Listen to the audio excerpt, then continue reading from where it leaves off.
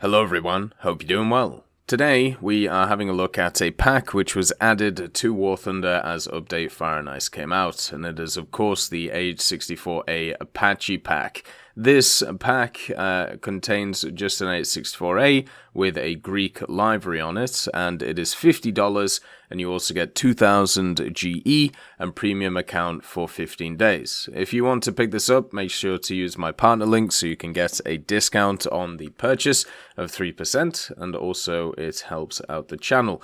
The link can be used for any purchase on the Gaijin store, so if you favor something else, make sure to use it. So the AH-64A is the first premium that has come in for the Americans since the P-10 was removed, and it's pretty much the same one, apart from some slight differences when it comes to its armaments that we'll get into.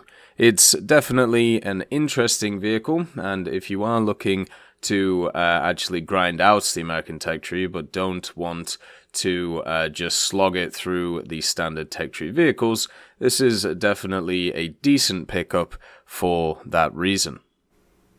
So looking at the AH-64A itself, it has some pretty cool features on it which aren't present on other Apaches. Obviously this is still an AH-64A, so it's very similar to the P-10 which was in before, and then of course the AH-64A which is in the tech tree itself. Being at rank 6, it means it can fully efficiently research the whole of the heli tech tree that is here. It also has pretty good rewards in it of 696% and also 795% on the SL.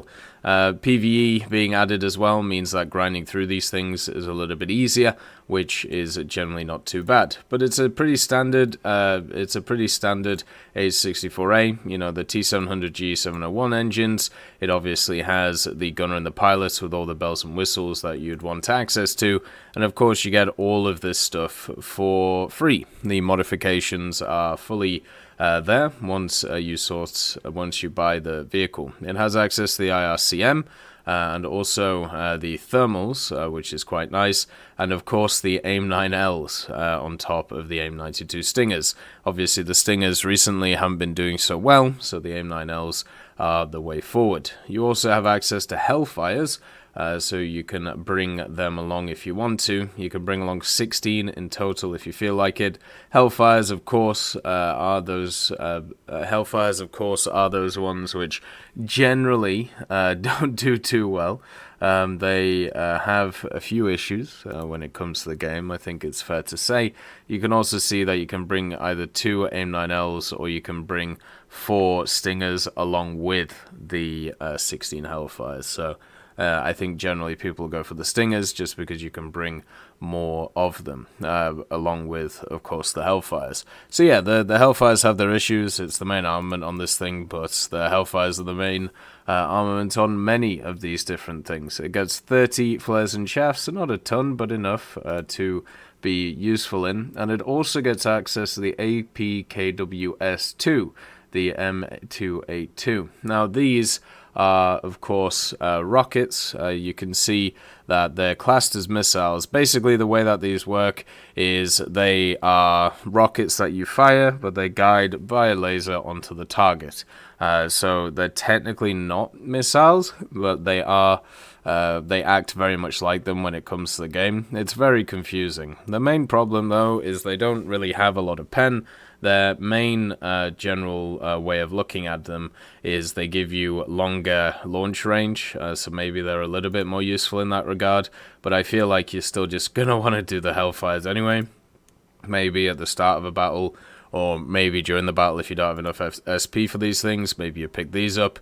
But they're a little gimmick, you know. They're kind of the same as the T129 in the Italian tech tree. So it's much better just to run the main ones, but maybe in some circumstances these are, you know, a little bit more useful. What it does though is it gives the vehicle something which is slightly different to what you see before, and you can see the wonderful skin that is on this thing.